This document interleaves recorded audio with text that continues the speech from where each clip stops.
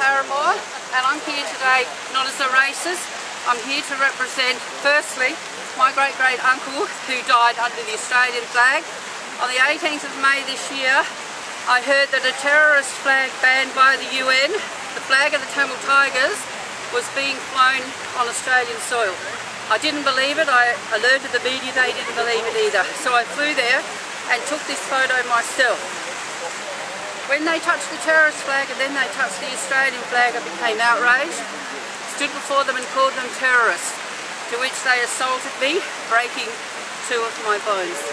Since then, I've started a petition to the Australian government to have this terrorist flag banned in Australia. If the petition is successful, they will be committing a criminal act if they raise or worship this flag.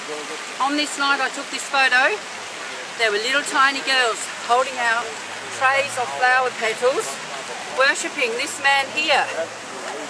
This man here gave an order to his troops: do not waste bullets on babies, we can't afford bullets, pick them up by their feet and smash them dead against the walls. And I have eyewitness statements that have seen that happen. So far I've got 2,500 signatures worldwide on my petition, but I need more. I need people to understand that terrorism is not about race, it's not about religion, it's not about a reclaim of land.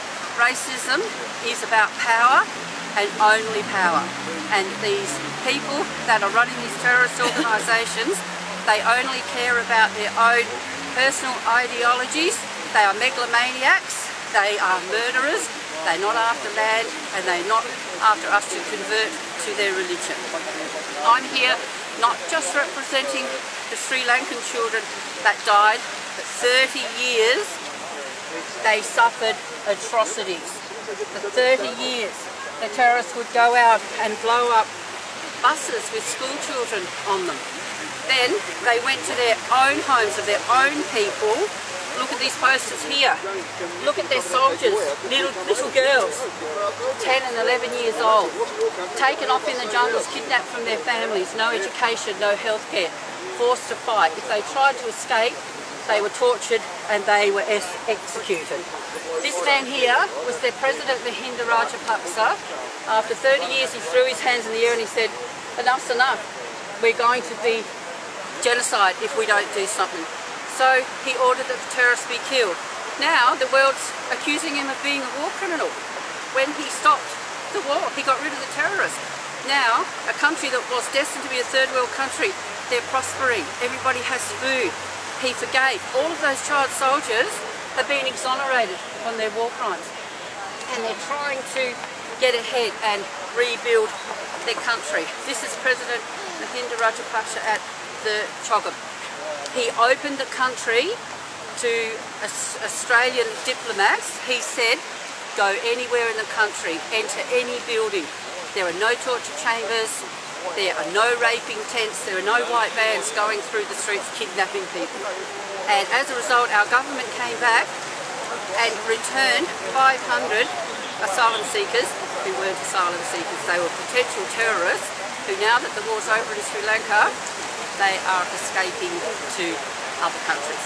Not escaping persecution, escaping their war crimes. Now here's the evidence. Look at what they've done. These are children. Now war, in what I've been taught, war is a soldier against a soldier. Going into a school and blowing little children's heads apart, that's not war. Smashing babies against a wall, making their parents watch, that's not war. It's all about power. These people wanting to gain power for themselves. So I'm here today. Anybody that would like petition sheets, I will send them anywhere in the world. They can email me on LOCKTONKNOWS@gmail.com. My name is Diana Paramore. I live in southern Tasmania. Despite a threat from the terrorists that they are going to kill me, I'm still here today. I'm going to other states and I will, until they get me, walk anywhere I want in my country, because I was born free and I'm no longer going to sit back and be the coward that I was and hope that, the police are going to end terrorism, they're going to protect us, hoping the government will do something to protect us. That's not going to happen either. We've got to get out from behind our computers and say, okay, I'm going to do something about it myself. I am not a racist person.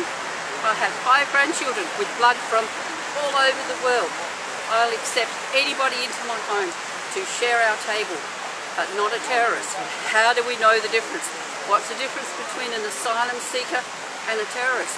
Well, you have to judge by their actions. When I went to the Springvale Town Hall at Springvale, Victoria on the 18th of May this year, I thought I would go and offer them a peace plaque. They didn't want my peace plaque. They said, tonight's not about peace, it's about war. And when I stood before them, asking them to admit that they were terrorists, then they assaulted me and broke my bones. So I got my answer that night. They're not these little asylum seekers sitting on a boat. They are terrorists and we need to protect ourselves. Now, if we didn't need to protect ourselves from them, what are all these police doing here today? What are they doing here today? They're not here to protect us. They're here to spray us with pepper spray in case the anti-racist people come along. So I have much more to say. I can talk for 4 hours, but that's about the gist of it. All I can say is that we have to knock down these barriers of things happening in other countries. It's not our business. Whatever happens overseas is our business, because we're all linked, we're all brothers and sisters, and if we don't help countries like this who are standing up to the terrorists, then we're all doomed. There'll be no humanity left. So that's all. Thank you very much. Why should